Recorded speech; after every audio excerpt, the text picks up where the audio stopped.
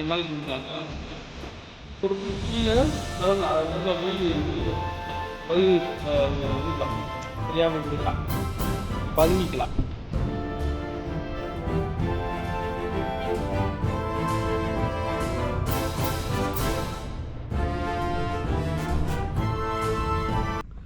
ஆங்கிலேயர்கள் வந்து இந்தியாவை ஆளும்போது அவங்க பாதுகாப்புக்காக என்னென்ன வச்சுருக்காங்க பாருங்களேன். எவ்வளோ பெரிய பீரங்கி அந்த காலத்திலேயே. இப்போ நம்மளுக்கு 47 சுதந்திரம் வாங்கியிருக்கோம், அதுக்கு முன்னாடியே இவங்க வச்சுருக்காங்க பாருங்களேன்.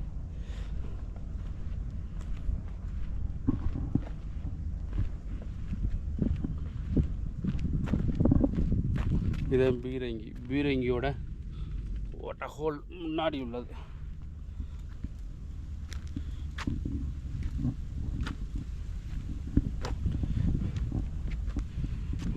ஃபுல்லாக இரும்பு தான், இரும்பு வாங்க ஃபுல்லாக. எந்த காலத்தில் வச்ச இரும்பு எதுவுமே அவ்வளோ உடையலை, பியூர் இரும்பு. இப்போ நமக்கு 11 நாளையில் எல்லாம் உடஞ்சிருது, 10 நாள் 11 நாளில் உடஞ்சிருது. நிறைய பேர் கல்லை போட்டு வச்சுருக்காங்க உள்ளுக்குள்ளே பாருங்களேன். பீரங்கி இதில் வந்து போய் குண்டு அடிக்குது. ஒவ்வொரு நட்டெல்லாம் பாருங்கள், எவ்வளோ பெரிய நட்டு, அம்மோ இவ்வளோ பெரிய நட்டு. சக்கரம் சுற்றுவாங்க இல்லையா. இப்போ நம்ம இந்த யுக்ரைன் போகிற எல்லாம் பார்க்குறோம், உக்ரைன் ரஷ்யா போகிறலாம் அப்படியே சுற்றுவாங்க, அந்த மாதிரி இருக்குது. கீழே பாருங்களேன் எத்தடி எவ்வளோ பெரிய ஸ்ட்ராங்கானது இருக்காங்க.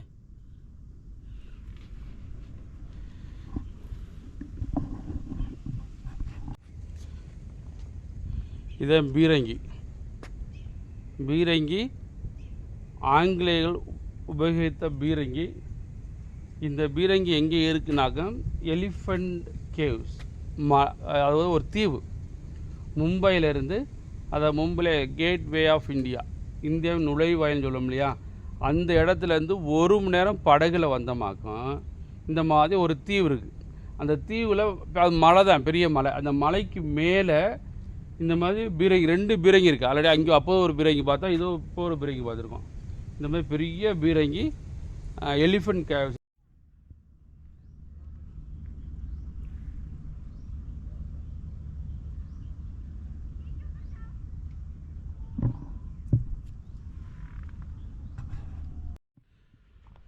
அவங்க பீரங்கி வச்சதுக்காக இங்கே கட்டடம் கட்டியிருக்காங்க பாருங்கள்.